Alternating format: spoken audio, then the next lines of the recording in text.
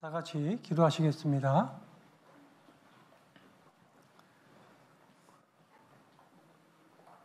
살아 역사하시며 인간 역사를 다스려 가시는 하나님 아버지 감사합니다. 저희들에게 영생의 복을 주시고 또 몸된 교회 안에 거하게 하시며 몸된 교회 안에서 하나님의 말씀으로 양육해 주심을 감사합니다. 하나님, 저희들 하나님 앞에 갈 때까지 하나님을 더 사랑하고 의지하고 바라보며 섬기며 살 수 있게 도와주시고 늘 주님이 함께 하시고 같이 하신다는 것을 느낄 수 있도록 도와주시며 함께 해 주시옵소서. 우리 정읍교회 형제자매님들 그동안도 지켜주시고 보살펴 주신 것 감사합니다. 오늘 말씀 듣기 위해서 한자리에 모일 수 있게 기회 주시고 시간 주시고 건강 주신 것 감사합니다. 이 자리에 참석하지 못하신 형제자매님들 어느 곳에 있든지 보살펴 주시고 죄 짓는 자리에 가지 않도록 지켜주시고 함께해 주시옵소서. 말씀을 증거하는 입술이나 듣는 분들의 기도 마음도 주장해 주시옵소서. 오늘의 시종을 주님께 부탁드리며 한결같이 사랑해 주시는 고마우신 예수님의 이름으로 감사하며 기도드렸습니다. 아멘. 구약성경 사무엘하 22장입니다. 사무엘하 22장 26절부터 29절까지입니다. 사무엘하 22장 26절부터 29절. 짝수절은 제가 읽겠습니다. 홀수절 읽어주시기 바랍니다. 자비한 자에게는 주의 자비하심을 나타내시며 완전한 자에게는 주의 완전하심을 보이시며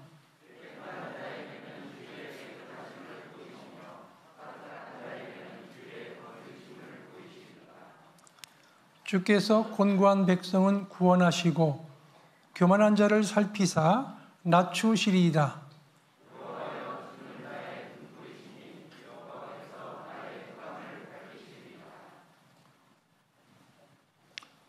안녕하십니까? 반갑습니다. 오늘 같이 공부할 성경 말씀은 오늘 사무엘하 22장 26절부터 29절의 말씀을 가지고 같이 성경을 공부하고자 합니다. 그럼 오늘 주제는 사람의 태도를 보시는 하나님. 우리가 세상 살아가면서 태도가 중요하다 그랬죠? 태도. 아니 총재님 태도가 왜 이래요? 그러죠? 태도가 왜 이러냐고 그러죠? 태도가 굉장히 중요하다는 것을 우리가 알 수가 있어요.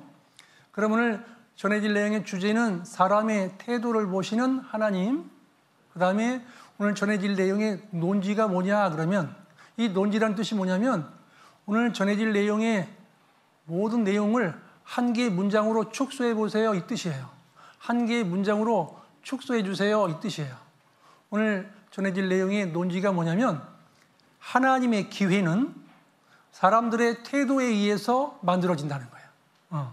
하나님이 우리에게 주시는 기회가 있는데 하나님의 기회는 하나님에 대한 사람들의 태도에 의해서 만들어진다. 오늘 그 한 개의 문장을 기억하고 계시면 오늘 말씀을 잘 들으신 거예요. 하나님의 기회는 하나님에 대한 사람들의 태도에 의해서 만들어진다는 거예요. 그래서 우리가 주님 앞에 갈 때까지 어떤 태도를 가지고 살아가느냐 그게 굉장히 중요한 거예요. 이 다윗은 성경 인물 중에 아주 훌륭한 인물 중에 하나잖아요. 그죠? 이 다윗은 어떤 태도를 견지하며 살아갔을까? 다윗이 신앙생활에 대해서 우리가 정확하게 분석해서 우리도 다윗과 같은 신앙생활을 해야 되겠다 하는 마음을 가질 수 있으리라 확신합니다. 그럼 오늘 전해질 내용을 네 가지로 분석해 보면 첫 번째는 인생의 바른 길에 대해서, 두 번째는 하나님의 약속의 성취에 대해서, 세 번째는 하나님 제일주의. 이 다윗은 하나님 제일이라는 거예요. 하나님 최고라는 거예요. 하나님 제일주의. 네 번째는 다윗이 전쟁에서 승리했던 그 비결이 뭘까냐는 거예요. 다윗이 전쟁할 때마다 승리를 하게 되는데 그 승리하게 됐던 비결이 뭐냐는 거죠. 우리도 신앙생활하면서 계속 좌로나 우로나 치우치지 않고 승리하는 비결이 뭐냐는 거예요. 그런데 이 다윗은 하나님께 대한 다윗의 태도가 있다는 거예요. 다윗은 이 네 가지를 늘 생각하는 거예요. 늘 겸비한 거예요. 신앙생활하면서 마음속에요. 첫 번째는 하나님의 주권에 대한 인식이 있었어요. 모든 것은 하나님께서 허락하신 것이다. 모든 것은 하나님께서 주관하신다. 그러니까 하나님이 주권에 대한 그 인식이 있었던 거예요. 우리가 세상 살아가면서 그 것에 대한 인식이 바로 되면은요, 거기서 벗어나지 않는 거예요. 신앙생활 잘하기 위해서는요, 저는 두 가지로 압축시킬 수 있는데, 첫 번째는 방향성이에요. 구원받은 그리스도인들이 천성을 향한다는 그 방향성이 있어야 되는 거예요. 우리는 좌로나 우로나 치우치지 않고 계속 그 방향을 향해서 나아가는 거예요. 두 번째는요, 신앙생활 잘하기 위해서 필요한 것은 두 번째는 지속성인 거예요. 계속 하는 거예요. 계속. 어떤 상황에서도 계속 앞으로 전진하는 거예요. 그래서 이 두 가지는 항상 신앙생활 하시면서 생각을 하고 사신다면 좌로나 우로나 치우치지 않고 갈 수 있어요. 벳세메스로 가는 두 암소가 있죠. 성경에 보면 벳세메스로 가는 두 암소. 블레셋 사람들이 이 두 암소에다가 수레에다가 거기 실잖아요. 그죠? 법궤를 실어가지고 보내잖아요. 그죠? 벳세메스로 똑바로 간다면 이 일은 하나님께서 하신 것이고, 그 중간에 가다 새길로 빠져나가면 이것은 하나님께서 허락하신 것이 아니다 라고 시험을 했던 경우가 있었어요. 그런데 벳세메스로 가는 두 암소는요, 새끼를 출산한 지가 얼마 안 됐어요. 출산한 지가. 그리고 새끼를 얼마나 보고 싶은지 몰라. 소는 저기 슬픈 일 있거나 새끼 보고 싶으면 눈에서 눈물이 뚝뚝 떨어져요. 보신 적 있으세요? 없으세요? 딱 두 분 계시네요. 알겠습니다. 예. 소에서 눈물이 뚝뚝 떨어지는 거예요.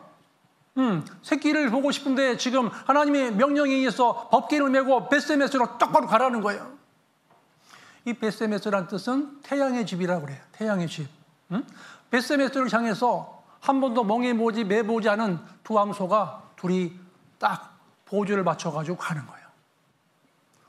생각해 보세요. 사람도 둘이 보조 맞춰서 저 목적지까지 가기가 이게 쉬운 게 아니에요. 가다 보면은 한 사람 먼저 가 있고 한 사람 뒤에 와. 그죠? 두 사람도 서로 가다가 맞춰가지고 왼발, 오른발, 왼발. 서로 보조를 맞춰야 끝까지 갈 수 있는데 짐승이 보조를 맞추고 똑바로 가는 거예요. 한 소는 빨리 가고 늦게 가면 돌아버려요. 못 가요. 갈 수가 없는 거예요. 새끼를 빠질 수밖에 없는 거예요. 그러니까 처음부터 끝까지 서로 보조를 맞추면서 끝까지 간 거예요. 우리가 신앙생활 잘하기 위해서는요, 방향성이 중요하다고 그랬고, 두 번째는 지속적으로 가는 거예요. 자전거를 타는 사람이요, 페달을 밟을 때는 안 넘어지는데 설려고 막 마음 먹으면 쓰러지기가 쉬워요. 옆으로 쓰러진다는 거예요. 그러니까 신앙생활은 지속적으로 간다는 것을 늘 염두에 두셔야 돼요. 우리는 천성을 향해서 계속 나아간다는 거예요. 저는 다윗이 어떻게 해서 하나님이 그렇게 좋아하고 하나님께 큰 복을 받았을까?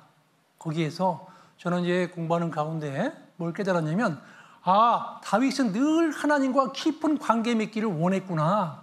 하나님을 늘 그 깊은 관계 속에서 하나님께서 원하시는 뜻이 무엇일까? 하나님이 나에게 원하시는 뜻이 무엇일까? 관심이 많았던 거예요. 관계. 모든 행복은요, 관계에서 비롯된다 그래요. 우리가 세상 살면서 어떤 사람이 불행하냐면요, 물질이 부족해서 불행한 게 아니에요. 뭐가 불행하다고 느끼냐면 관계가 뒤틀려 버리면 불행하다 그래요. 부부 관계, 스승과 제자의 관계, 이웃과의 관계, 형제 자매들과의 관계, 이 관계가 뒤틀려 버리면 불행하다 그래요. 돈은 아무리 많아도 집에 가서 부부가 갈등이 있어요.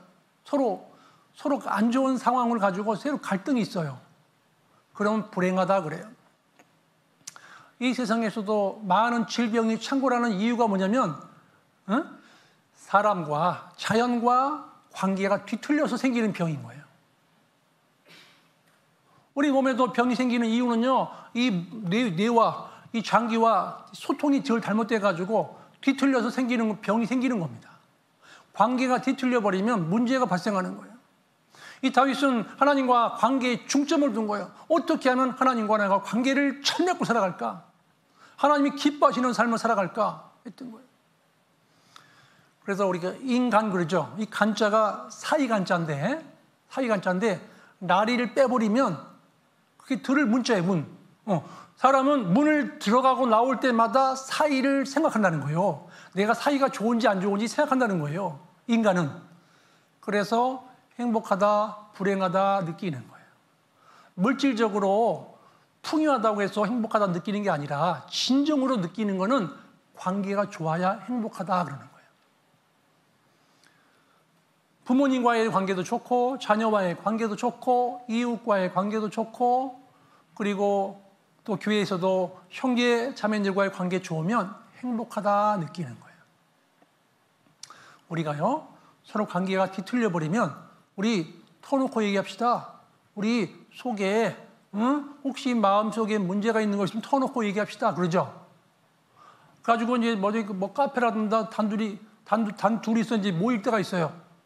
두 분이서. 우리 그때 서로 안 금진 거 풀읍시다. 잘 보세요. 마주보고 대화하면 잘 안 풀려요. 아시겠어요? 안 해보셨나 보네. 이 마주보는 자세가 싸우는 자세인 거예요, 원래. 사냥꾼이 사냥꾼을 마주하고 있는 자세이기 때문에 이 마주하고 있으면 풀리기가 어려워요. 그럼 어떻게 하는 게 제일 잘 풀리냐? 같은 방향을 보고 같이 앉는 거예요, 같이. 총 정치를 보고 서로 같이 앉아서 대화를 하기 시작하면 서로 얼굴을 쳐다보는 게 아니라 똑같은 목표를 보기 때문에 쉽게 풀린다 그래요. 부부간에 갈등 있으신 분 한번 해보세요. 멀리 어디 가서 좋은 데 가가지고 경치 보고 오시고 앉아서 대화를 해보세요. 슬슬 풀려가기 시작합니다. 저는 상담도 마주보고 안 하고 옆에 앉혀놔. 오른편에. 상담도. 오른편에 앉혀놓고 성경도 똑같이 보여주고 똑같이 보여주면서 똑같이 자료도 보여주고 똑같이 보니까 나와 똑같은 마음을 품게 되는 거예요. 그러니까 같은 위치에서 보게 되면 훨씬 더 이분이 부드러워져. 훨씬 더 관계가 좋아지는 거예요. 그런데 이 신약 성경에 넘어가면 마태복음 22장에 보면 예수께서 가라사대 네 마음을 다하고 목숨을 다하고 뜻을 다하여 주 너의 하나님을 뭐라고 했죠? 말씀 좀 해보세요. 뭐라고 그랬어요? 사랑하라 그랬거든. 주 너의 하나님을 사랑하라. 이게 명령이잖아요, 그죠? 하나님을 사랑하는데 조건이 뭐냐? 마음을 다하고 목숨을 다하고 뜻을 다해서. 이 구약 성경으로 넘어가면 가면은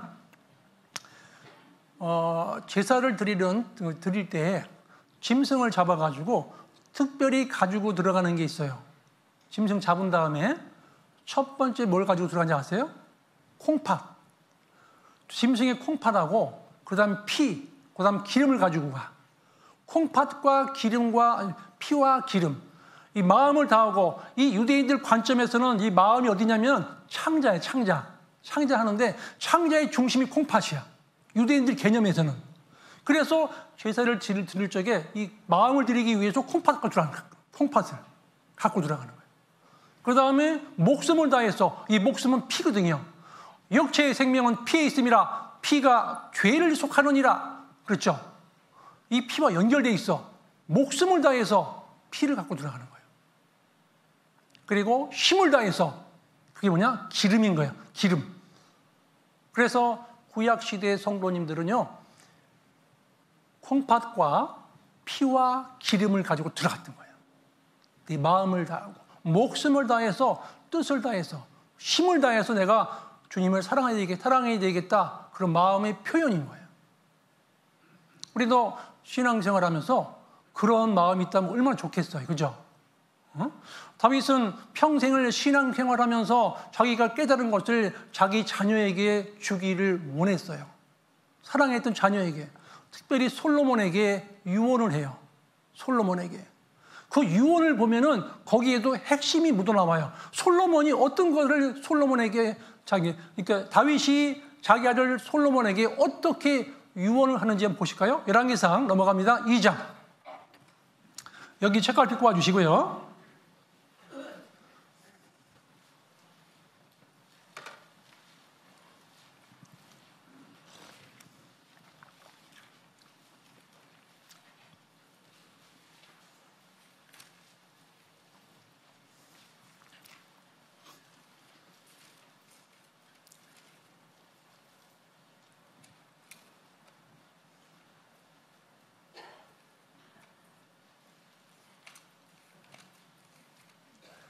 이 장 넘어갑니다. 1절부터입니다. 열왕기상 2장 1절부터 다윗이 죽을 날이 임박함에 그 아들 솔로몬에게 명하여 가로되 2절 3절은 같이 읽겠습니다. 내가 이제 세상 모든 사람이 가는 길로 가게 되었노니 너는 힘써 대장부가 되고 네 하나님 여호와의 명을 지켜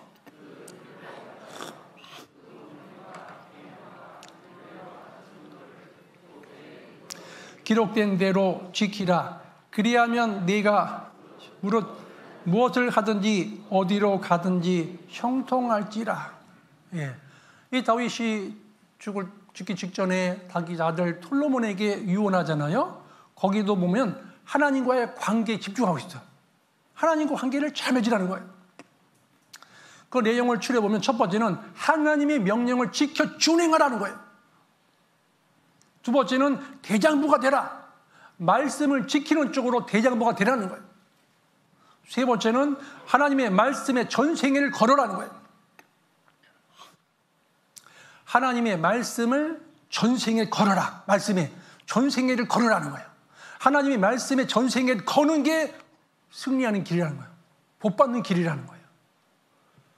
우리가 세상 살다 보면은요, 가만히 따져보면 우리는 갑자기 우리 봉사해서 우리 등산 갑시다 그럴 수 있죠. 청년에서 등산 갑시다 그러잖아요. 우리 등산이라는 개념을 잘 이해하셔야 됩니다. 등산 그러면 이렇게 산이 있으면은요, 올라가는 것만 생각해, 사람들이. 등산 그러면 올라가는 것만 생각해요. 우리도 인생의 삶을 살면서 내가 지금 등산을 하고 있는데 올라가는 시점이냐, 정상에 누리고 있는 시점이냐, 내려오고 있는 시점이냐, 그걸 아셔야 되는 거예요. 등산에서 올라가는데 정상에서 머무르는 시간이 있습니다. 정상에서 계속 머물러 있는 게 아니라 내려올 준비하셔야 돼요. 처음부터 올라갈 때부터 내려올 준비하셔야 돼요. 제가 있는 그 제주도에는요, 한라산 있죠, 한라산. 올라가기는 그래도 괜찮은데 내려오기가 엄청 어려워요. 동글동글한 돌이 있어가지고 미끄러지면 다리 접질러지면 문제가 생겨. 이렇게 해가지고 넘어지고. 그럼 다리 무릎에 큰일 나는 거예요. 그러니까 어떤 분은 겨울에만 가. 눈이 쌓여있으니까 넘어지질 않는데요. 푹 빠질 뿐이지. 그 돌이 숨어 있으니까 넘어지질 않는데요. 그러니까 등산하면 올라가는 것도 생각하고 정상에 머무르는 시간도 생각하고 내려왔을 때까지 여기 왔을 때 그게 등산이 끝났다 그러는 거예요. 우리 인생 평균 건강하게 살 수 있는 나이가 최대 맥시멈은 건강하게 살 수 있는 나이가 한 80이라고 봐요. 최대, 그죠? 건강하게.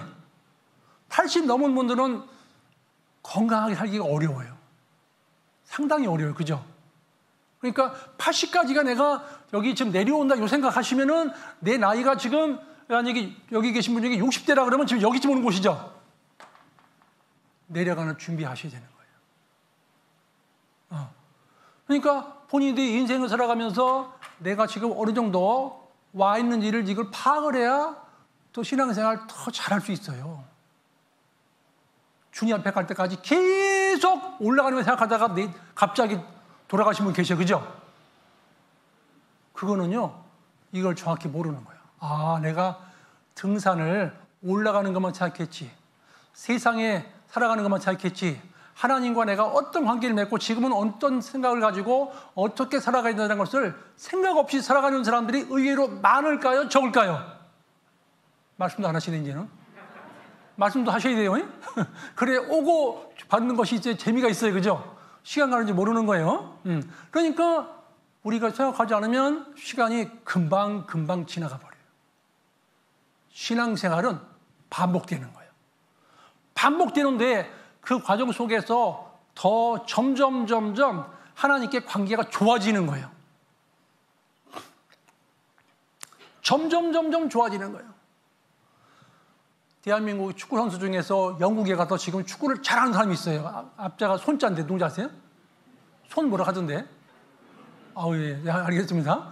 이 손흥민 씨 있잖아요. 축구를 잘하잖아요, 그죠? 근데 그 축구를 잘하게 된 배경은 그 어려운 과정 속에서 훈련도 중요했지만 늘 목표의식을 심어준 거예요. 늘 부모님이 목표의식을 심어준 거예요. 절대로 오른발을 차면 왼발로 차라고 계속 오른발 왼발만 차다 보니까 왼발이 오른발하고 똑같이 차게 돼서 이제 우리가 힘을 써보면요, 오른발 힘이랑 왼발 힘이랑 차이가 많이 납니다. 근데 똑같이 돼버린 거예요. 그 왼쪽을 계속 반복하다 보니까 그런 일이 벌어지잖아요, 그죠? 그 히딩크 감독이 한국에 와서 2002년도 월드컵 때 대한민국 들어보셨어요? 네, 그 축구장에서 대한민국 그랬잖아요. 근데 그 감독이 전 세계에서 4위를 해놓고 이제 다 끝나게 가게 됐어요.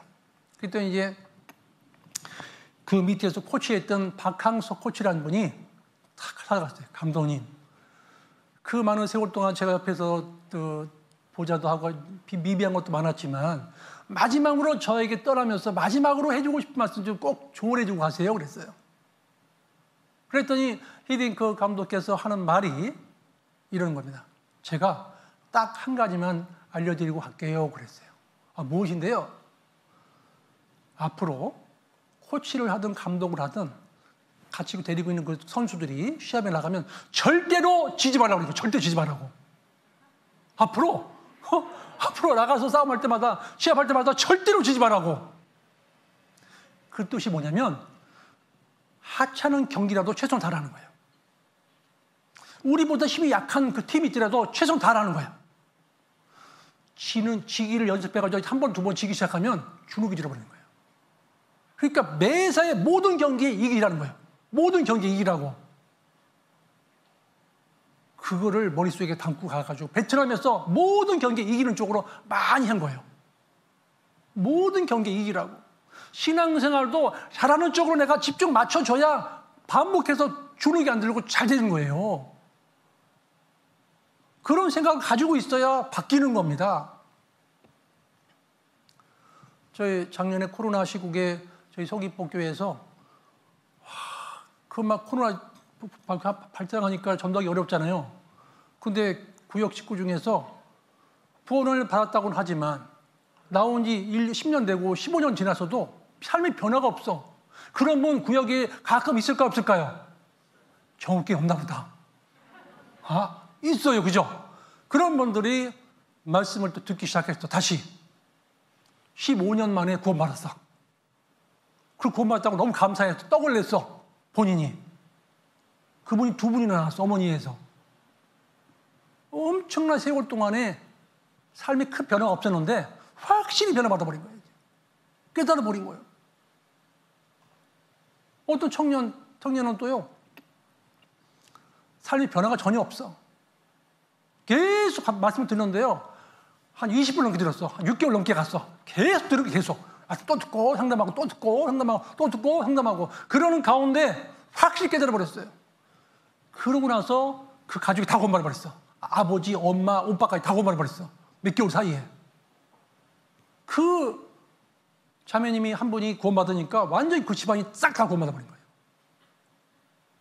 시간이 엄청 걸렸어요. 그런데 그 자매님 전도하셨던 한 집사님이 한 6개월 넘게 하니까 너무 지쳐가지고 계속 했는데도 계속해서 이게 안 돼, 이게 별 큰 진전 없으니까 전화 왔어요. 펑펑 울면서, 목사님, 막 울어. 왜 우세요, 집사님? 왜 우세요? 그랬더니 지금 이 영혼, 병원으로 말하면 수술대에 올려놓고 지금 배를 개복해놓고 이걸 아무리 못하고 그만둔다니까 너무 마음 아프다고 막 우시는 거예요. 그러니까 하나님이 그 마음을 움직여준 거야. 그 자매 마음을, 그 아가씨 마음을. 그래서 그 아가씨가 확실히 깨달아버린 거예요. 될 때까지 또 받고 또 듣고 또 듣고 하는 거예요. 반복해서. 그러면 확실해지는 거예요. 한 번 듣고 끝나는 경우가 없는 거예요. 반복하는 거예요. 계속해서. 엄청난 일이 벌어지는 거예요. 신앙생활은 반복이에요. 예수께서 가라사대 네 마음을 다하고 목숨을 다하고 뜻을 다하여 주 너의 하나님을 뭐라 그랬죠? 사랑하라 그랬거든. 이게 명령이란 말이야. 하나님과 깊은 관계 맺으라는 거예요. 사랑은요, 만남과 관계는요, 만남과 대화를 통해서 깊어지는 거예요. 하나님과 만남이 자주 있어야 돼. 그게 기도잖아요. 관계를 자주 맺어야 돼. 관계. 깊은 관계를. 만남과 대화를 통해서 더 깊어지는 거예요. 우리가 누군가랑 관계가 안 좋다면 이 만남의 횟수가 적은 거예요. 잘 분석해 보세요. 만남의 횟수가 적으면 관계가 멀어져요. 그래서 관계가 중요하다는 여기면 만남의 횟수를 늘리고, 그리고 만날뿐만 아니라 그 다음에 같이 교제를 해야 되는 거예요. 그 속에서 점점 깊어지는 거예요.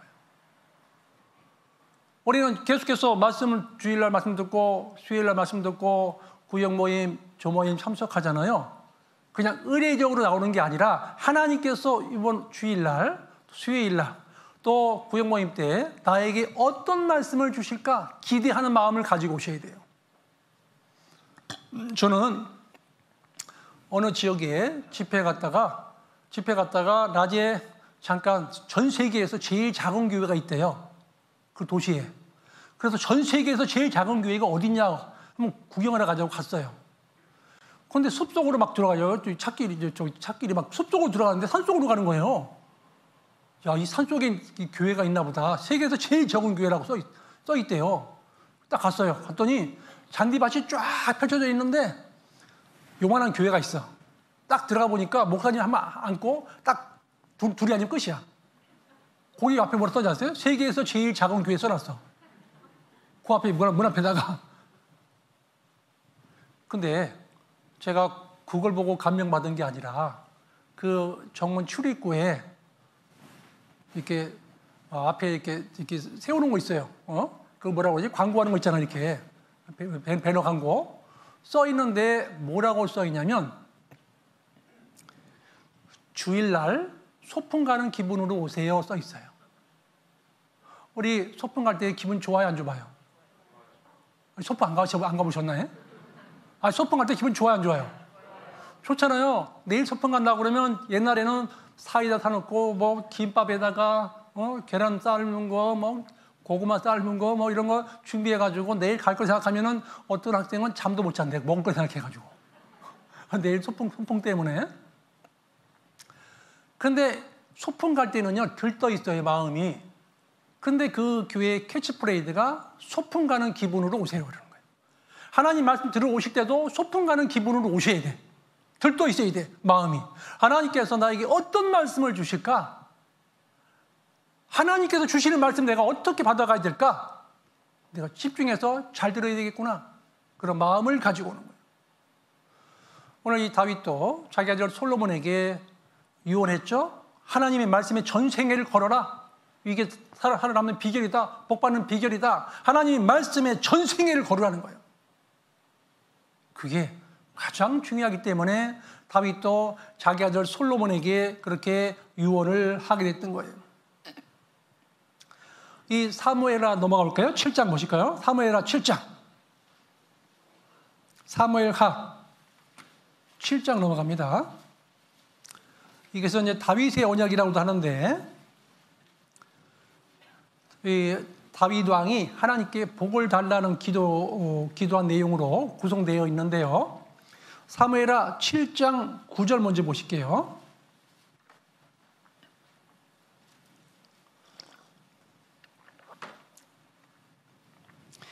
네가 어디를 가든지 내가 너와 함께 있어 내 모든 대적을 내 앞에서 멸하였은즉, 같이 읽겠습니다.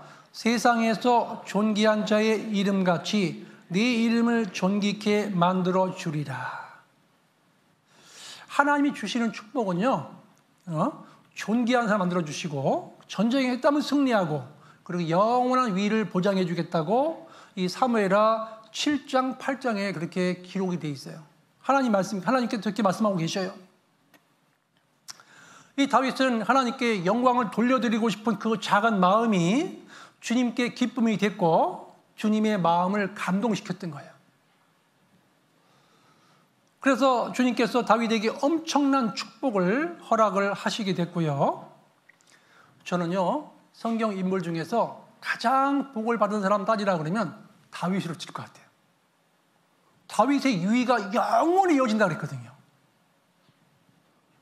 그래서 우리가 성경을 보면은 다윗 왕가는 BC 586년에 끊긴 것처럼 보이지만 그게 끊긴 게 아니라 다윗의 후손 예수님을 통해서 예수님께서 또 재림하시고 그리고 세세토록 왕노릇하리로다 성취되는 거예요. 세세토록 왕노릇하리로다. 다윗에게는요, 왕이 된 이후에 떠나지 않는 감격과 감사가 있었어요. 잘 보세요. 다윗은요, 자기가 왕이 되기 전에 신분을 묵상한 거예요. 나는 베들레헴의 목자였다. 하찮은 목자였다. 그곳에서 내가 지금 하나님 다스리시는 이스라엘 나라에 내가 왕이 됐다? 엄청난 반전이 일어났잖아요? 엄청난 일이 벌어졌잖아요? 너무너무 감사하고 감격했던 거예요. 하나님, 저 같은 사람을 이스라엘 나라의 왕으로 삼아주셨습니까? 사람이요, 갑자기 왕으로 등극 딱 하잖아요? 진국해버리면 그걸 누리고 싶은 게 사람 마음인 거예요. 왕이 되면 여보라, 뭐 좀 갖고 와거라. 누리고 싶어요. 어디 가보자. 그러고 할 수 있고. 이 높은 자리에 올라가면은 거기를 누리고 싶은 게 모든 사람들의 마음인데 다윗은 그 높은 자리에서 그게 아니라 내가 어떻게 해서 이 자리에 올라왔는지를 그걸 묵상한 거예요. 그러니까 감격과 감사가 생기는 거예요. 그래서 시편 내용에 보면 감사하는 내용이 줄줄이 기록된 거예요. 시편 내용에. 너무 감사되니까. 나 같은 목자였던 베들레헴에서 살았던 목자였던 나를 왕으로 삼아주셨다. 그리고 이 다윗이 왕이 된 이후에 하나님께 이렇게 고백합니다. 사무엘하 7장입니다. 2절. 사무엘하 7장 2절. 1절부터 보십니다. 1절부터 보십니다. 사무엘하 7장 1절 2절입니다. 여호와께서 사방의 모든 대적을 파하사 왕으로 궁에 평안히 거하게 하신 때에 2절 읽겠습니다. 왕이 선지자 나단에게 이르되 볼지어다 나는 백향목 궁에 거하거늘 하나님의 궤는 휘장 가운데 있도다. 다윗은요, 자기가 머무는 왕궁은 백향목으로 꾸민 저택이었는데 하나님의 임재를 상징하는 법궤는 천막 안에 있다는 거예요. 그래서 늘 마음이 죄스럽고 송구스러웠어요. 나는 이 백향목 쭉쭉 뻗은 레바논의 백향목은요, 그 당대의 최고 좋은 목재였어요. 그걸 가지고 왕궁을 그런 집에서 살고 있으니까 너무너무 죄스러웠어요. 하나님은 천막 가운데 있다 지금. 그래서 다윗은 하나님 제일주의이기 때문에 하나님의 궤를, 하나님 임재 상징인 궤를, 법궤를 안 되겠다. 내가 하나님을 위해서 성전을 지어야 되겠다. 그런 마음이 생긴 거예요. 하나님을 위해서. 이 성전은요, 상징적인 건축물이 아니라는 거예요. 하나님이 머물러 계시는 곳이라는 거예요. 다윗은 그런 마음 품은 거예요. 하나님을 어떻게 내가 섬길 것인가. 거기에 집중한 거예요. 다윗 마음속에. 넘어갑니다. 사무엘하 7장 5절입니다.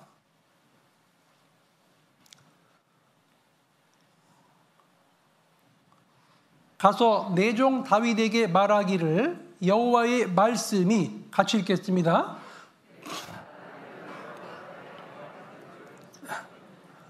하나님께서 말씀하시기를 내가 나를 위하여 나의 거할 집을 건축하겠느냐 그랬어요. 하나님께서 얼마나 마음이 감동됐듯이 기쁘신지, 내가 나를 위하여 나의 거할 집을 건축하겠느냐, 이 성전을 나의 거할 집이라는 거예요. 거기에 우리가 주목해야 됩니다. 하나님이 집이죠. 하나님이 머물러 계신 곳. 그래서 이 다윗은 성전을 짓고 싶었는데 그 물자만 다 준비해 놓고 자기 아들 솔로몬이 성전을 짓게 됩니다. 그 마무리하는 걸 보질 못했지만 그 마음속에 그걸 보고 하나님은 엄청난 복을 주신 거예요. 네가 나를 위해서 하나님이 지을 나의 거할 집을 건축하겠느냐? 너무 기뻐가지고 그 말씀 하신 거예요, 하나님께서요. 여기서 우리가 배울 수 있는 교훈이 있는데, 그것은 하나님의 거할 집을 짓는 것은 복 받는 일이다 하는 거예요. 그러면 우리도 어떤 마음을 품느냐에 따라서 복을 받을 수도 있고 저주를 받을 수도 있어요. 잘 보세요. 계속해서 구역이 점점 확장이 돼요. 식구들이 늘어나고 견고해지고 신앙들이 성장해 가고 있고 점점 하나님이 너무너무 감사하고 기쁠 거예요. 이야, 교회가 튼튼해지는구나. 내가 거할 집이잖아요. 그죠? 주님이 몸된 교회잖아요. 이 교회가 튼튼해진 거예요. 거기에 온통 관심 있는 하나님은. 교회가 완성되면 끝내버리는 거죠. 그죠? 끝나잖아요. 그러니까 온통 하나님은 그 다윗이 그렇게 하나님 전에 대해서 관심가 있던 것처럼 이 몸된 교회, 이 교회에 한 사람씩 하나님이 원하시는 숫자가 차기까지 계속 세워지는 것도 엄청난 축복을 준다는 거예요. 어마어마한 축복을 주는 거예요. 한 영혼이 천하보다도 귀하다고 그랬잖아요. 그죠? 그러니까 우리는 교회 건축에 힘쓰는 것은 하나님께 엄청난 복받는 비결이다. 그렇게 말씀을 드릴 수 있어요. 다윗도 솔로몬에게 그랬죠. 유언에서 하나님의 말씀에 전생애를 걸어라 그랬잖아요. 하나님의 말씀에 전생애를 걸고 살아가라는 거예요. 그게 남는다는 거예요. 이 다윗은 30세에 헤브론에서 유다 왕이 되는데, 잘 보세요. 다윗이 정치적으로 군사적으로 왕권을 강화시켰어요. 왕권이 강화되고 하다 보니까 그 다음에 할 게 뭐냐면 예루살렘을 수도 옮겼죠. 그리고 예루살렘에서 법궤를 모셔오는 거였어요. 법궤를 예루살렘으로. 그러니까 이 다윗 마음은 신본주의요. 하나님은 오로지 부르는 거예요. 하나님 제일주의로, 제일 먼저 가장 귀하게 하나님 제일주의로 하겠다는 거예요. 사울 왕은 인본주의자 된 거예요. 사울 왕은. 근데 다윗 왕은 신본주의인 거예요. 하나님을 가장 소중하고 가장 중요하게 모시겠다는 거예요. 늘 하나님과 관계 맺겠다는 거예요. 다윗의 마음속에는. 다윗이 왕이 되기까지 준비된 기간 30년, 그게 사무엘상이요. 다윗이 왕이 되고 나서의 하여튼 모든 것들이 사무엘하 40년. 그래서 사무엘상은 왕이 되기 전, 사무엘하는 왕이 된 이후에 40년에 대한 내용이 기록이 되어 있습니다. 그런데 이 사무엘상은 다윗이 평생 사역을 준비한 내용이었는데, 잘 보세요. 준비하는 과정에서요, 준비할 때 과정이 어려움이 있으면 있을수록 더 견고해지는 거예요. 제가 왜 박수 치는지 아세요? 한 분이 좀 이렇게 했거든요. 잘 들으셔야 돼요. 그래가지고 다윗이 왕으로서 준비되는 과정 속에서 엄청난 어려움이 있었는데, 어려서는요, 목자로서 들판에서 목자로서의 배운 거예요. 목자는요, 양을 키우면서 배울 게 너무 많아. 그 목자는요, 양을 키울 적에요, 양의 습성을 알아야 돼. 양은 혼자 놔두면 못 살아. 양은 무리를 짓잖아요. 그죠? 그런데 사무엘상 25장에 가면 나발 있죠, 나발. 나발이 그 양을 키우잖아요. 그죠? 그 양을 키우는데 양이 3,000마리, 염소가 1,000마리 나와요. 성경에 보면. 가만히 보니까 우리가 거기서 뭘 할 수 있냐면, 3대 1로 섞어 키웠구나 할 수 있어요. 양을 키우는 사람은 반드시 염소 섞어 키워야 돼. 그 광야에서 키울 때 양끼리만 모여 있으면 같이 양은 약한 게 뭐냐면 뜨거운 걸 되게 힘들어해요. 더운 거를. 그러니까 광야에서는 그늘만 들어가면 시원하기 때문에 자기들끼리 서로 이 머리 부분만 밑으로 들어가요. 그러면 어휴 시원하다 느껴요. 그러니까 항상 같이 어울려가지고 막 고개를 파묻히고 시원하게 느끼려고 묻으다 보니까 임신한 양은요 앞사에서 그 새끼가 죽을 수 있어요. 그죠?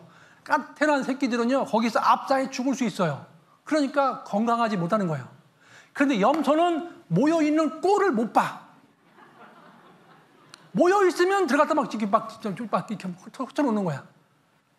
양끼리 모여있다 그러면 들어가서 막 흩어놔, 염소가. 튼튼하게 키우는 거예요.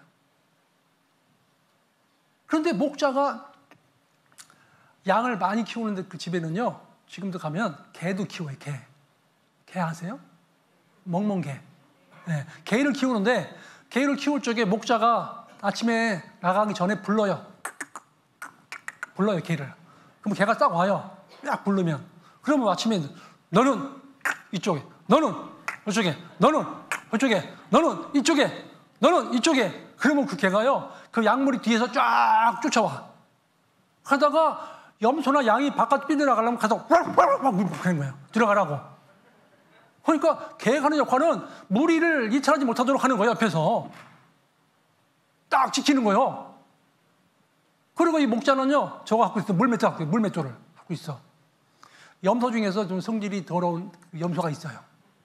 가다가 자기 고집대로 막 나가는 게 있어요. 그러면은 그 물맷을 갖다 딱 던져가지고 주변에 있죠. 주변에다가 딱 떨어뜨려. 그리고 아차 이거 큰일 나 있구나. 빨리 들어가는 염소가 있어요. 그래도 고집이 센 염소는 또 그냥 나가. 그러면 물맷 던져가지고 딱 던져가지고 여기 처먹지 뒤에 뒷다리. 그러고 들어와야 돼. 그래도 안 들어오고 나가잖아요. 그러면은 주인이 물맷 던져가지고 딱 던져가지고 이 염소 뒤에 보면 꼬리 올라가 있잖아요. 보이죠 여기요. 거기다가 딱 맞추는 거예요. 정확하게. 으아 하고 다 들어와 이제. 너무 아픈 거야 거기는. 상상을 초월해. 그거 맞고 안 들어오는 염소 없어. 다 들어와. 다 들어와. 그러니까 이 목자는 늘 물매를 잘 연습을 해. 평상시에 쫙하게 던지는 거예요. 그렇게 해서 이 양과 염소를 이제 쫙 이끌고 목자가 키우잖아요. 거기서 뭘 배우냐면 이 목자는 밤이 되면은요 돌 쌓아놓은 울타리 같은 데 들어가거나 굴로 들어가요. 들어가게 하고 그 짐승들이 들어가고 나가는 그 문은 조그매. 그리고 누워 자는 게 아니라 이렇게 앉아가지고 지팡이 들고 자. 그래서 밤에 짐승이 오면 때리는 거예요. 밤에 저쪽에서 푸석푸석하고 짐승 오잖아. 그때 물에 던지는 거야. 그래서 성경 보면 야곱이 하란에 가서 눈 붙일 겨를이 없다고 그랬죠. 그게 이해가 가는 거예요. 그렇게 잔 거예요. 눈 붙일 겨를 없이 지켰던 거야. 그 짐승을 키우기 위해서. 그러니까 다윗이 그 목자로서의 짐승을 키우면서 많은 걸 배운 거예요. 이 백성들을 어떻게 이끌어갈 것인지. 목자는요 늘 지키는 거예요. 그 짐승들을. 그러니까 이 백성을 어떻게 지킬까? 다윗이 헤브론에서 왕이 됐죠. 왕이 됐잖아요. 유다 지파의 왕이 됐어요. 왕이 됐는데 거기서 끝나는 게 아니라 7년 반 동안을 기다렸어요. 그리고 다윗 왕, 사울 왕과 요나단 길보아 전투에서 전쟁에서 다 죽게 됐어요. 사울과 아들 3명이 다 죽는 일이 벌어진 거야. 길보아 전투에서. 블레셋과 전투에서. 그래서 이 다윗이 유다 지파의 왕이 된 이후에 막 울었어요. 막 우는 거야. 우리에게 큰 유익을 갖다 줬던 이 사울 왕과 요나단이 죽었다. 자기는 지금 유다 지파의 지금 왕인데 유다 지파 왕으로서 유다 지파 사람들에게 노래를 가르치는 거예요. 지금 슬픈 노래를. 우리에게 엄청난 유익을 가져다 줬던 사울 왕과 요나단이 죽었다. 이 소식을 다른 나라 사람들이 몰랐으면 좋겠다. 그런 그 슬픈 노래를 가르쳤어요. 잘 보세요. 원래 유다 지파는 사울하고 그렇게 좋아하지 않아요. 왜냐하면 그렇게 핍박했거든요. 유다 지파를.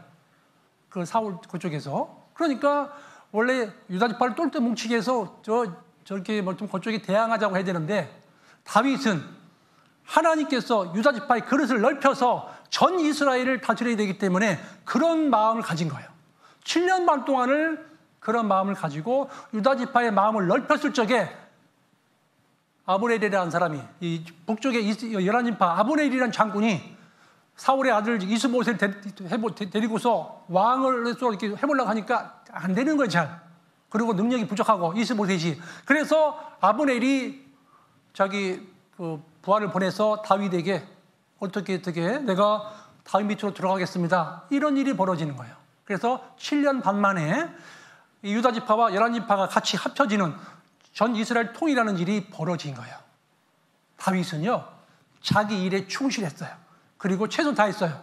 그랬더니 7년 반 만에 하나님께서 이스라엘 전체의 왕으로 삼아주신 거예요. 너무 감사된 거예요. 다윗 마음속에는요. 넘어갑니다. 사무엘하 22장. 오늘의 본문 말씀 넘어갑니다. 사무엘하 22장. 이 사무엘하에는 불변의 진리가 있는데, 하나님의 기회는 하나님에 대한 사람들의 태도에 의해서 만들어진다 하는 거예요. 사무엘하 22장 26절 같이 한번 읽겠습니다.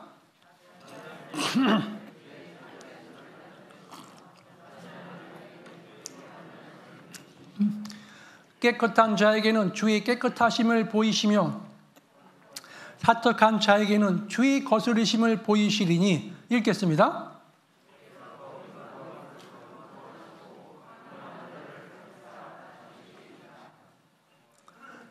여호와여, 주는 나의 등불이시니. 같이 읽겠습니다.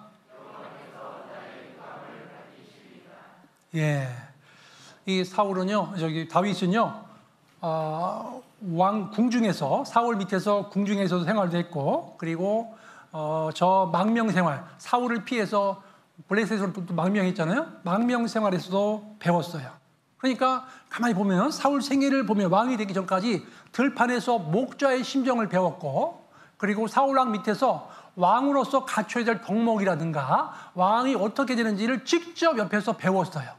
사울왕 밑에서. 그리고 망명생활하면서, 블레셋 지역에 망명했잖아요. 망명생활하면서 많은 걸 배웠어요. 그 망명생활 쪽에 자기가 같이 간 사람들이 자기가 두목이잖아요. 두목으로서 어떻게 하는지, 그 망명생활하면서 어떻게 살아가는지 그걸 많이 배운 거예요. 이 블레셋 갔는데 거기 시글락이라는 곳이 있어요. 시글락이라는 곳에 가서 1년 4개월을 가 있었어요. 적지죠? 블레셋에서 그냥 거짓 자수해가 들어갔잖아요. 블레셋으로 망명했잖아요. 그런데 그 다윗이 죽게 생긴 거예요. 지금 죽이려고 이렇게 밑에서 다윗 저걸 죽여버린다고, 저걸 적군이라고 블레셋 군인들이 그러는 거예요. 그러니까 그때 다윗이 미친 척을 한 거예요. 시글락이라는 곳에서 침을 저리 흘리면서 이러는 거예요. 그런데 다윗이 그렇게 미친 척을 잘할 이유가 뭔지 아세요? 사울 왕이 왕실에서 완전히 미친 적이 있었거든요. 그걸 정확히 본 거예요. 본 거는 교육이 돼야 안 돼요. 그래서 벤치마킹 해가지고 그대로 리얼하게 한 거예요. 질질 흘러가면서 완전히 미친 척 하니까 블레셋에서 저 건드리지 맙시다 그런 거예요. 왜냐하면 고대 세계에서는 미친 자를 죽이면 미친 자 속에 있는 그 귀신이 들어간다 그래서 그분에게. 그러니까 못 죽이는 게 무서워갖고. 그래서 블레셋 진영에서 다윗이 살아난 거예요. 그곳에서 다윗이 있으면서 철기 문화를 수입하게 됐고, 병법을 익히게 됐고, 블레셋의 무기 만드는 방법을 얻게 된 거예요. 그러니까 그 망명 생활 속에서 엄청난 것을 가지고 오게 된 거예요. 하나님은 그 왕이 되기 전까지 모든 과정은 우연이 아니라는 거죠. 그 왕이 되기 위해서 모든 준비하는 과정이었다 하는 거예요. 그런데 하나님께 대한 다윗의 태도를 4가지로 분석해보면, 잘 보세요. 하나님께 대한 다윗 태도가 뭐냐면, 첫 번째는 하나님의 주권에 대한 인식이 있었어. 하나님 주권에 대한 인식. 두 번째는 하나님의 공의에 대한 확신. 하나님은 공의로운 분이다. 하나님은 사랑도 있고 공의도 있다. 딱 세 번째는 하나님이 자비에 대한 신뢰. 내가 어떤 큰 죄를 져도 하나님 징계는 반드시 하시지만 나를 불쌍히 여겨주실 것이다. 자비에 대한 신뢰가 있었던 거예요. 우리가 부모님을 따르는 것은 부모님이 나를 때렸지만 내가 잘못해가지고 그래도 부모님이 나를 절대 안 죽인다. 나는 절대 우리 집에서 안 내보낸다. 신뢰가 있는 거예요. 하나님이 자비에 대한 신뢰가 있었고, 네 번째는 하나님의 뜻에 순종하고자 하는 열정이 있었던 거예요. 내가 하나님의 뜻에 내가 순종해야 되겠다. 그 열정을 가지고 사는 거예요. 다윗은요. 같이 한번 읽겠습니다. 시편 넘어갑니다. 시편 63편 8절입니다.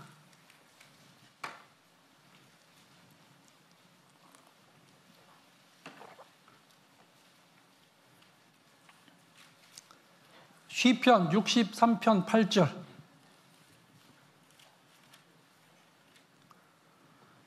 같이 읽겠습니다. 나의 영혼이 주를 가까이 따르니 주의 오른손이 나를 붙드시거니와.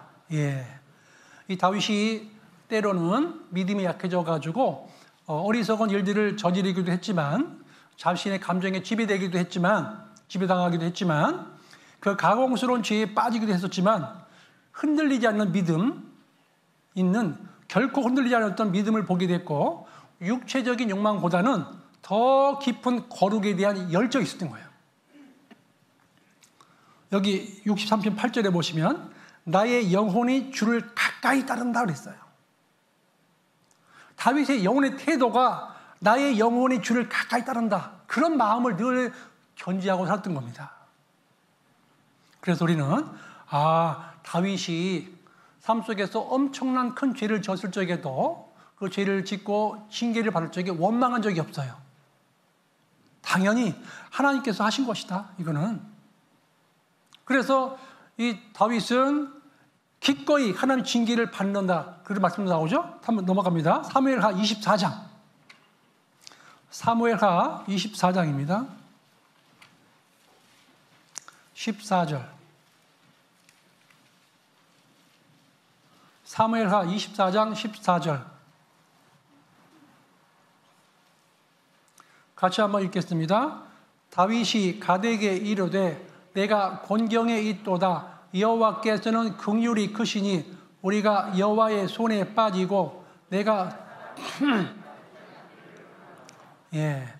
여호와의 손에 빠지고 사람의 손에 빠지지 않기를 원하노라. 이것은 하나님의 징계에 순복했다는 것은 다윗이 하나님의 긍휼에 대해서 확신했다는 표현인 거예요.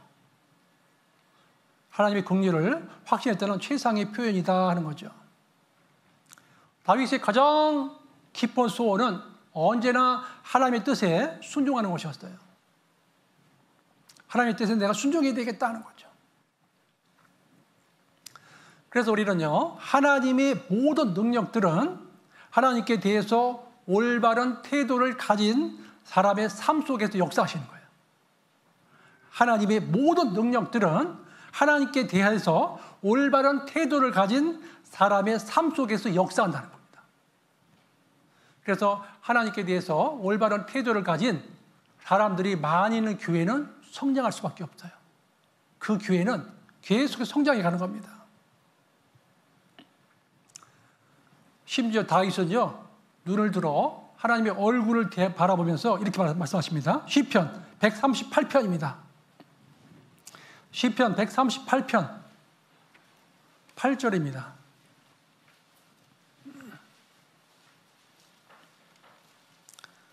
시편 138편 8절.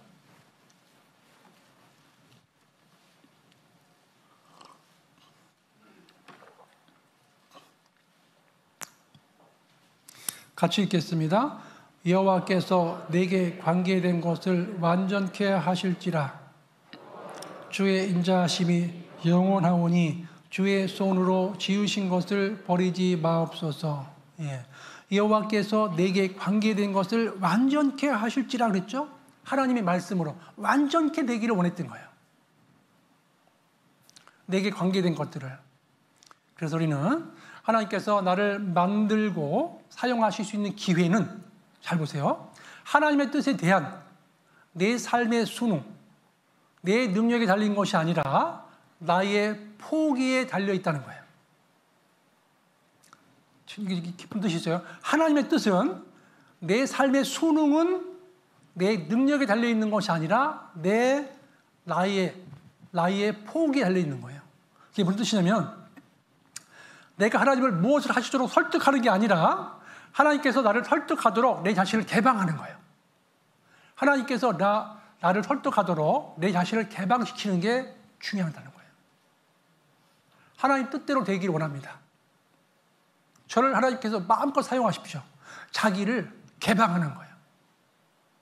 하나님이 사용하도록 개방하는 거예요.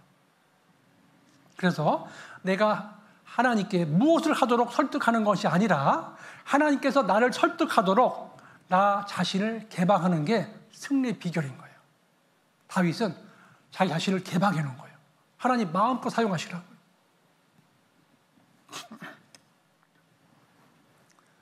하나님의 뜻에 내 삶을 일치시키려고 하는 태도, 하나님의 뜻에 내 삶을 일치시키려고 하는 태도, 하나님의 뜻을 기꺼이 알려고 하고 그 뜻에 머물려고 하고 또한 그 뜻을 행하려고 하는 사람, 그 태도를 보시는 하나님께서.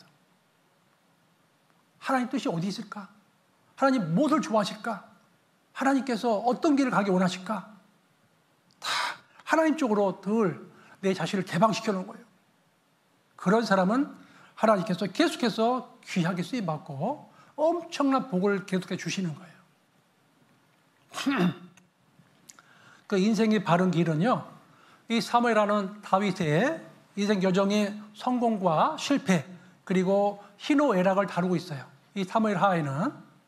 그런데 다윗의 그 인생 여정은요, 결국 모든 성도가 걸어가야 할 바른 인생의 길을 제시하고 있어요. 모든 성도님들이 걸어가야 될 바른 인생의 길을 제시하고 있다. 그렇게 말씀을 드릴 수 있어요. 한번 보실까요? 사무엘하 2장. 사무엘하 2장 8절.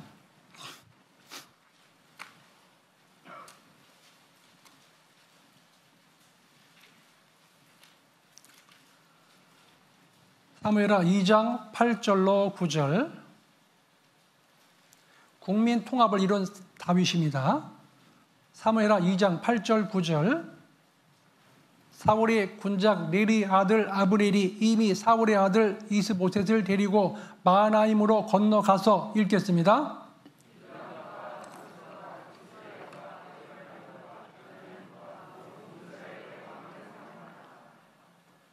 예, 이 아브넬이 북이스라엘을 다스리는데 그 이스보셋을 왕으로 세웠는데 앞으로 비전이 없기 때문에 다윗으로 이제 밑으로 들어오게 되는 일이 벌어졌고, 근데 다윗은 헤브론에서 7년 반을 거기서 7년 반 동안을 다스렸는데요. 잘 보세요. 하나님께서 다윗을 헤브론으로 부른 이유가 있어요. 헤브론이란 뜻이 교제예요. 교제. 헤브론. 하나님은 다윗과 먼저 교제하기 원하셨던 거예요. 하나님이 다윗을 헤브론으로 부른 이유, 그 속에서 하나님께서 7년 반 동안을 유다 지파의 왕으로 삼으신 거예요.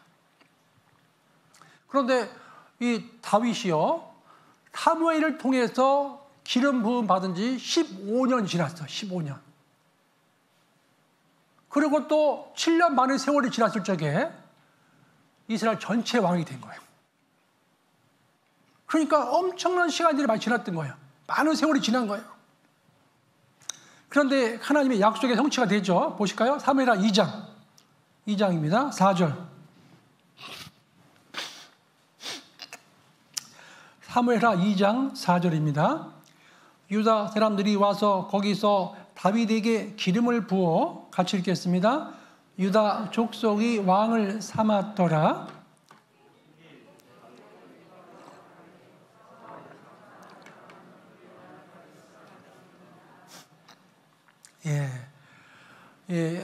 사무엘에 의해서 사울을 대신할 이스라엘 왕으로 기름 부음을 받은 지 15년 뒤에 일어난 일인 거예요. 유다 지파의 왕이 됐던 겁니다. 그리고 이 다윗은 블레셋에 망명해가지고 살아남기 위해서 미친 척도 했죠. 근데 그 시간들이 헛된 시간 아니라 철기 문화를 수입하게 됐고 병법을 익히게 됐고 그리고 무기 만드는 방법을 그 블레셋 땅 시글락에서 배워가지고 온 거예요. 우리도 삶 속에 어려움 있죠? 그 어려움을 통해서 많은 걸 주게 돼요. 많은 걸 깨우치게 되는 거예요. 준비된 사람은 하나님 반드시 그거를 사용하게 돼 있어요. 준비된 사람은. 세 번째는요. 하나님 제일 주인데 보실까요? 사무엘하 넘어갑니다. 6장. 사무엘하 6장입니다. 12절. 이 다윗은 하나님 제일 주의를 가지고 나갑니다. 사무엘하 6장 12절부터 15절입니다.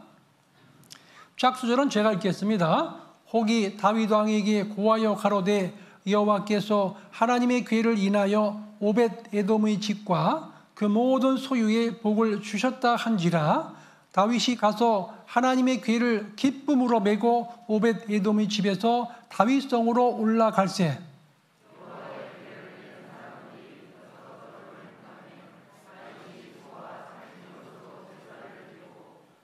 예, 여기 보시면은요,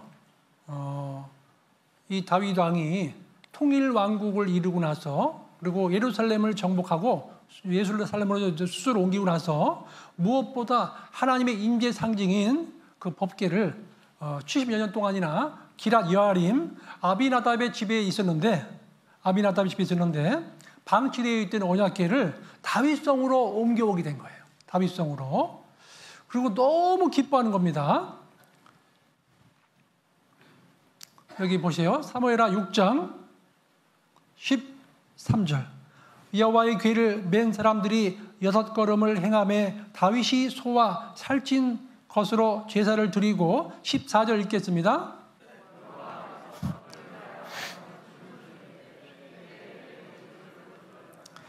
여기 보시면 힘을 다하여 그랬죠. 여호와 앞에서 힘을 다하여. 이게 무슨 뜻이냐면 하나님의 은혜에 대한 감격이에요. 너무 감격스러워가지고 힘을 다해서 춤을 춘 거예요. 힘을 다해서. 다윗은요, 하나님의 임재에 대해서 상징인 그 법궤가 오는 건 너무 좋았던 거예요. 하나님이 오신다. 하나님이 나와 늘 가까이 있다. 너무너무 감사했던 거예요. 그래서 법궤가 올 적에 막 덩실덩실 춤을 춘 거예요. 하나님이 그 모습을 보고 얼마나 좋아했을까, 그죠?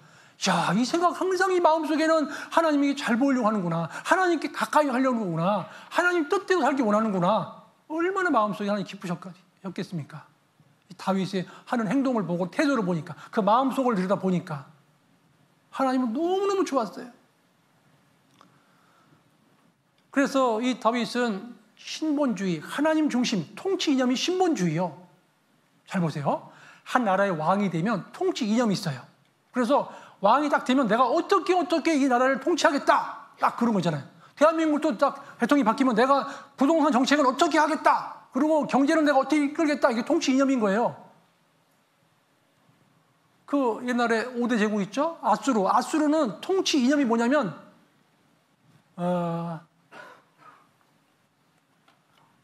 경계를 허무는 거예요. 경계. 통치 이념이 아수르라는 나라는 아수르 제국은 경계를 허물어요. 아수르. 민족의 경계를 허물어. 그래서 주변 나라 점령했다 그러면은 그 민족을 잡아다가 딴 데 놓고 저 딴 쪽에 있던 민족을 갖다 섞어버리는 그런 일을 했던 거예요. 아수르가. 그래서 그때부터 북이스라엘에 생긴 게 사마리아인이 생긴 거예요. 사마리안. 혼혈족이 생긴 거예요. 혼혈족. 통치 이념이 아수르는 경계를 허물었어. 민족의 경계를 허물어버리는 거예요. 그런데 아수르 다음에 나오는 것이 또 뭐죠? 바벨론이죠. 이 바벨론 제국은요. 통치 이념이 뭐냐면 교육과 중앙 집권, 중앙 집중화시키는 거예요.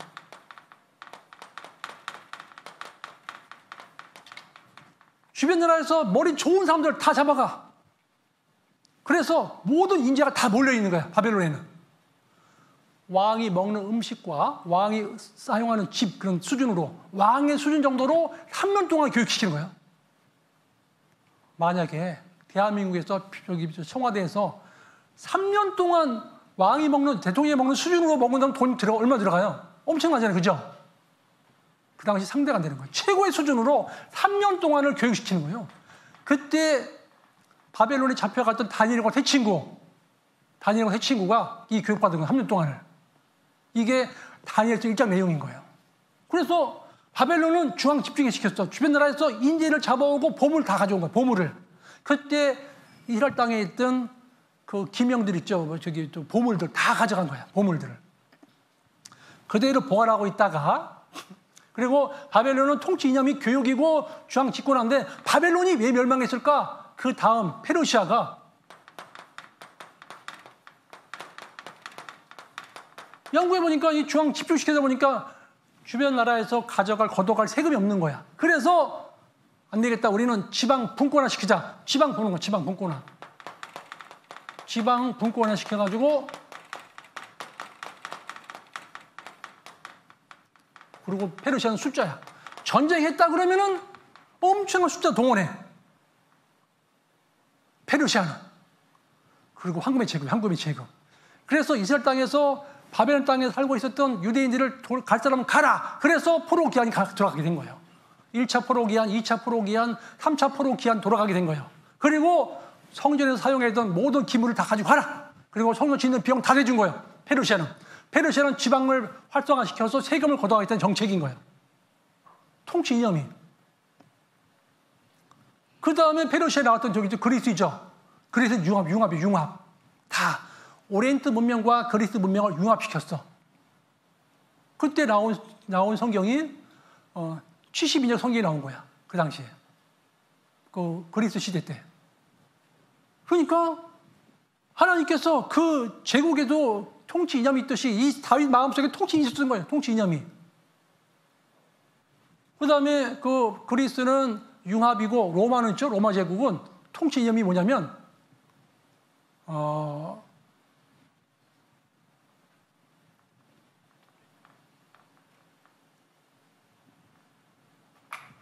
모든 것을 다 어우르는, 완전히 모든 걸 다 어우르는. 그래가지고 로마는요, 지방 가치한테 다 인정해주고, 그 로마 시민권도 주고, 아주 모든 그 주변 사람들을 윈윈 전략을 써가지고 다 살게 만들어버린 거예요. 그래서 1000년 동안이나 갔어요, 로마 제국은. 그런데 이 다윗은 통치 이념이 뭐냐면, 나는 신본주의가 제일 최고다. 하나님은 중심, 하나님 제일주의로 내가 살겠다. 딱 마음 먹은 거예요. 다윗은. 그러니까 그 70여 년 동안 방치되어 있던 그 법궤가 들어오는데 너무 감격해가지고 막 덩실덩실 춤추는 거야.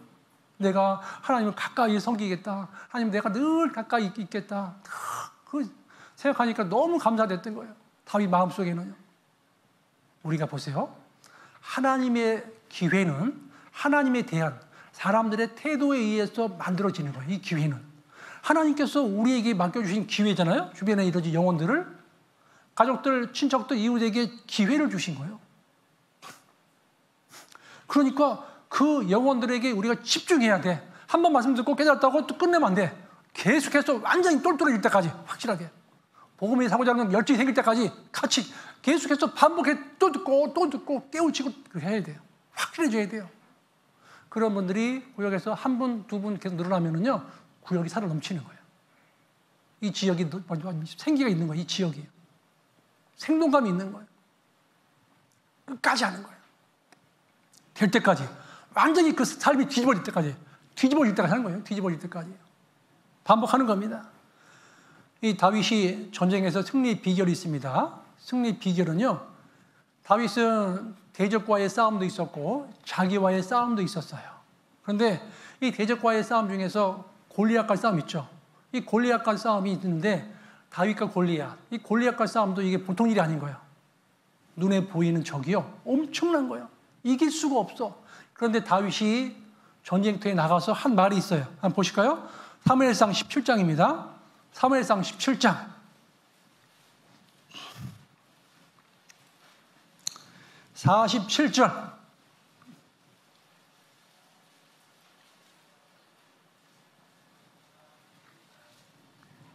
사무엘상 17장 47절 같이 읽겠습니다. 또 여호와의 구원하심이 칼과 창에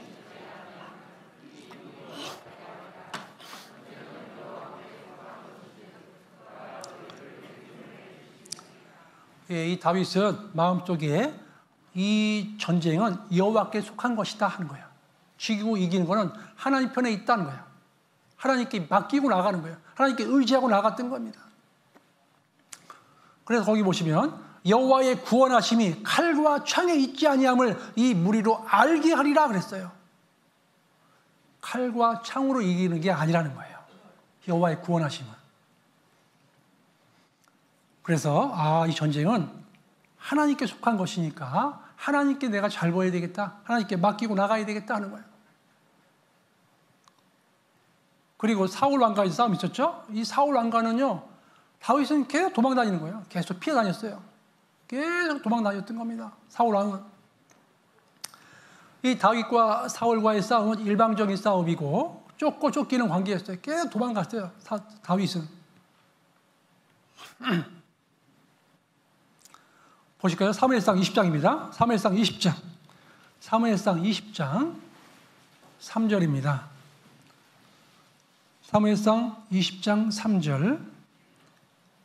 이 다윗의 이제 고백이 자기가 얼마나 지금 위급한지를 나타내고 있죠. 다윗이 또 맹세하여 가로되 내가 내게 은혜 받은 줄을 내 부친이 밝히 알고 스스로 이르기를 요나단이 슬퍼할까 두려운즉 그로 이를 알게 하지 아니하리라 하매니라. 그러나 진실로 여호와의 사심과 내 생명으로 맹세하노니. 같이 읽겠습니다. 나와 사망의 사이는 뭐라고 써 있습니까? 한 걸음뿐이다. 그 뜻은 뭐냐면 내가 아주 지금 죽음이 가까이 와 있다는 거예요. 하나님이 안 도와주시면 나는 죽는다는 거예요. 하나님께 철저히 내달리는 거예요. 하나님 도와달라고. 나와 이 사망의 사이는 한 걸음뿐입니다. 하나님. 그런데 다윗은 사울을 죽일 수 있는 기회가 2번 있었죠. 사울을 죽일 수 있는 기회가 2번이나 있었어요. 그런데도 안 죽였어요. 그런데 우리 같으면 만약에 너무너무 도망다니다가 너무너무 위기가 그 가운데서 사울을 죽일 수 있는 기회가 2번 주어졌어. 그럼 죽일 거 안 죽일 거예요? 벌써 죽었어요? 벌써 죽었을 거예요. 그죠? 우리는 못 참을 거예요. 그죠? 다윗은 내가 살고 죽는 것도 하나님 뜻이다. 사울이 살고 죽는 것도 하나님 뜻이다. 그래서 이 사울이 다윗의 옷자락을 잘라고 왔죠. 그죠? 옷자락. 근데 우리는 옷자락 그러면 이렇게 아무 데나 잘라온 것 같잖아요. 그죠? 그러면 뭐 여기 찢어졌는데 좀 찢어졌는지 어디 가다가 뭐 그렇게 했는지 어떻게 알아. 그죠? 사울이 금방 알았어. 자기 옷자락 찢어진 거를. 어떻게 알았을까 하는 거죠. 보실까요? 민수기 넘어갑니다. 15장. 민수기서 15장입니다.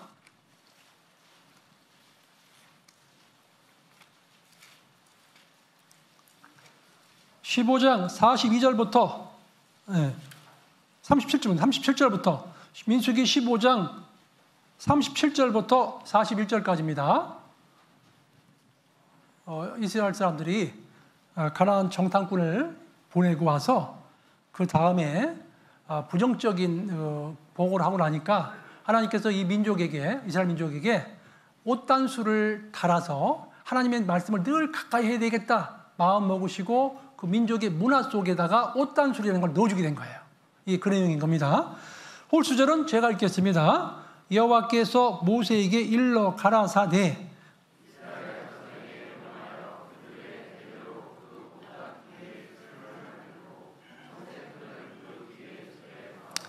이 수로 너희를 보고 여호와의 모든 계명을 기억하여 준행하고 너희로 방종케 하는 자기의 마음과 눈의 욕심을 좇지 않게 하기 위함이라.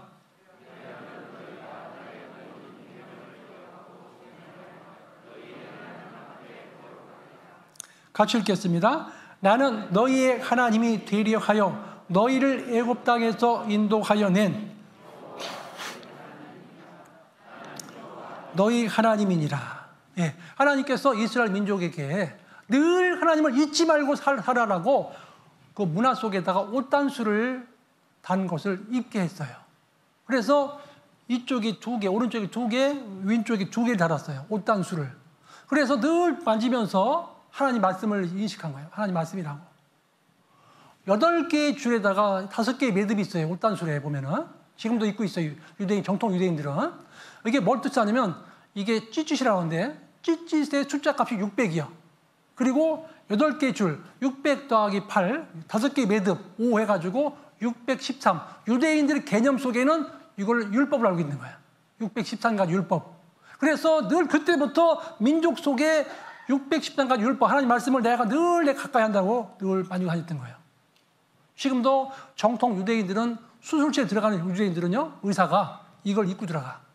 옷단술 달린 거를. 그때부터 그 사람들 문화 속에 넣어준 거예요. 그런데 다윗이 부하가 사울 왕이 발을 가리고 있을 적에 잘라갖고 왔죠? 그 잘라온 게 뭐냐면 옷단술 잘라갖고 온 거예요. 하나가 없어진 거 하나가 금방 알아버린 거예요. 저쪽에서.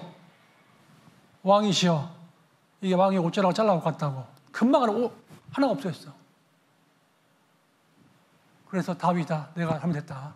내가 너를 주위를 쫓아다니는 건 너무 잘못했다고. 금방 고백한 거예요. 저 계곡 사이에서 저쪽 멀리에서 딱 보여주는 거예요. 보라고. 내가 죽일 수 있었다고. 그러니까 야, 하나님께서는 이 사람들 문화 속에다가 늘 하나님 말씀을 붙들고 살아가라. 말씀을 내 마음판에 새기라고 계속해서 문화 속에다 넣어줬구나. 아예.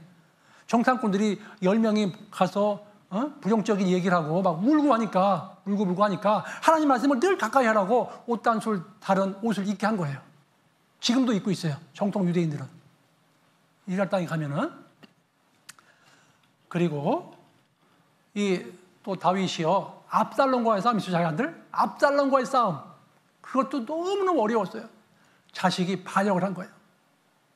얼마나 괴로웠을 거야. 그죠? 그런데도 그것을 잘 이겨냈죠. 하나님께서 결국은 압살롬을 제압하게 해주신 거예요. 하나님께서. 그리고요, 이 다윗은 또 자기와의 싸움이 있어요. 자기와의 싸움. 거기서 우리가 뭘 할 수 있냐면 인간의 연약함을 보여주는구나. 다윗은 완벽한 분이 아니구나. 그리고 다윗은요, 자기가 자기 지은 죄를 뉘우쳤어요. 내가 이런 죄를 지었구나. 나단 선지자가 지적할 적에요, 바로 엎드려 버린 거예요. 죄를 지적할 적에 바로 엎드려 버렸다. 죄에 대해서 승복한 겁니다. 하나님의 뜻에 승복했습니다. 그리고 다윗은요, 하나님께 대해서 되게 겸손했어요. 얼마나 겸손한지 몰라요.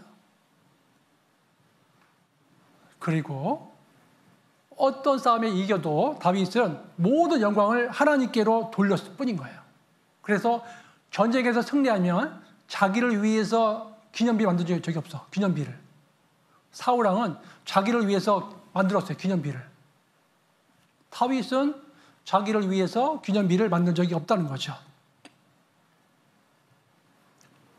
그리고 다윗은요, 하나님을 찬양했어요. 한번 보실까요? 시편 넘어갑니다. 23편. 다윗은 하나님을 찬양했습니다. 시편 23편입니다.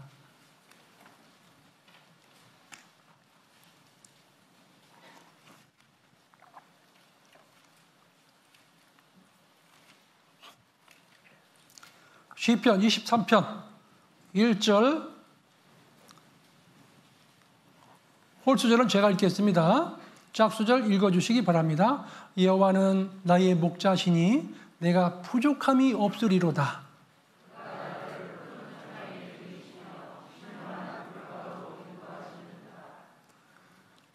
내 영혼을 소생시키시고 자기 이름을 위하여 의의 길로 인도하시는도다.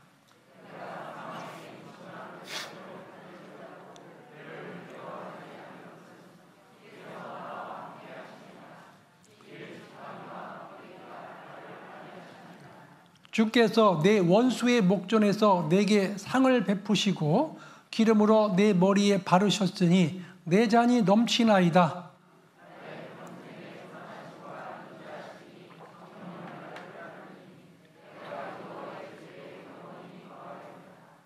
이 다윗은요, 환난 중에 드린 기도와 간구도 있고 자기가 저지른 죄 때문에 죄 문제를 놓고 통회하는 회개 기도도 있고, 그렇지만 대부분의 내용은 시편 내용은 하나님께서 베풀어 주신 은혜와 축복에 대해서 큰 감사와 감격을 노래로 하고 있는 거예요.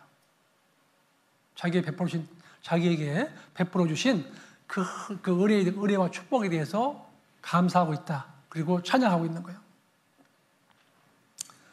그리고 이 다윗은요, 신실한 성도의 표본인 거예요. 신실한 성도의 표본이다. 시편입니다. 8편. 시편 8편입니다.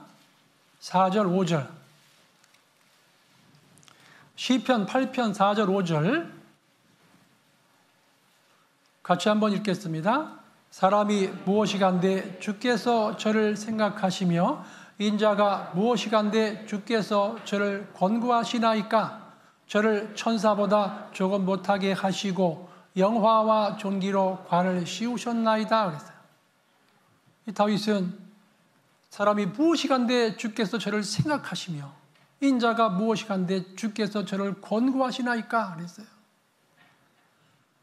모름지기 우리도 그리스도인으로 부름받았죠. 그래서 그 그리스도인으로도 은혜와 감격이 있어야 돼요. 내가 영원히 멸망받아 죽어도 지옥에 갈 수밖에 없는 죄인이었는데 나를 구원해서 하나님 자녀 삼아주시고 하나님 나라 백성으로서의 삶을 살게 해주시고 다른 영혼들에게 전하면 살고 영생의 복을 받는 그 귀한 일에 하나님께서 나를 사용하시겠다는 거예요. 그래서 우리는 하나님 앞에 갈 때까지 참 감사하고 감격하는 삶을 살고 그거를 보답하는 삶을 살아야 되겠다 하는 거예요. 시편 넘어갑니다. 121편.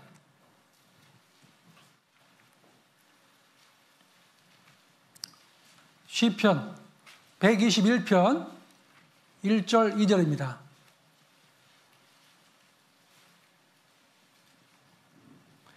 시편 121편 1절로 2절입니다.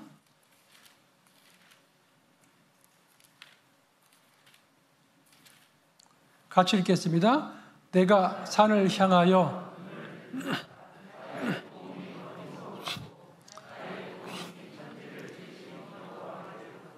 내가 산을 향하여 눈을 들리라. 나의 도움이 어디서 올꼬? 나의 도움이 천지를 지으신 여호와에게로소다. 이 다윗은 자기에게 도움을 주시는 분이 천지를 지으신 하나님께로부터 온다라고 늘 생각했던 거예요. 다윗이 전쟁에서 승리했던 배경은요, 여호와께서 함께 하심으로 승리했던 거예요. 함께한다? 관계가 좋기 때문에 그래요. 늘 다윗은 하나님과 관계를 늘 생각했던 거죠. 그래서 다윗이 전쟁에서 승리했던 비결은 함께 하시는 하나님께서 함께 하셔 승리했다는 거죠.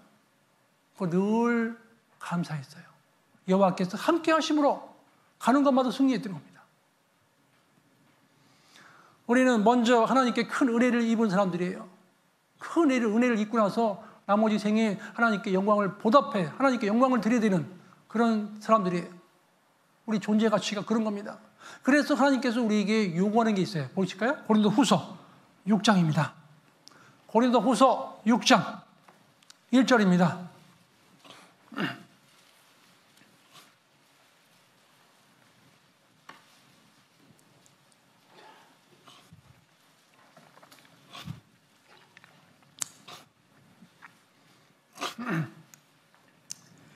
고린도후서 6장 1절 같이 한번 읽겠습니다.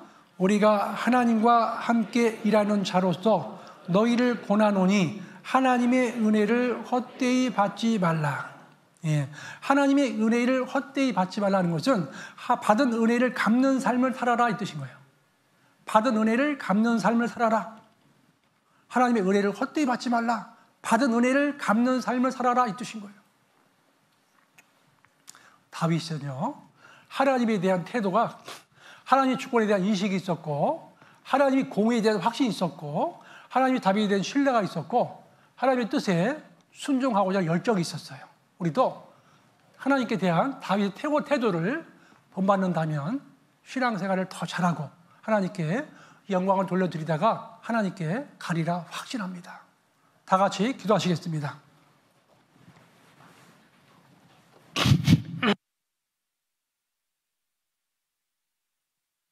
예. 하나님 아버지 감사합니다. 다윗이 하나님께 대한 태도, 하나님의 공의에 대한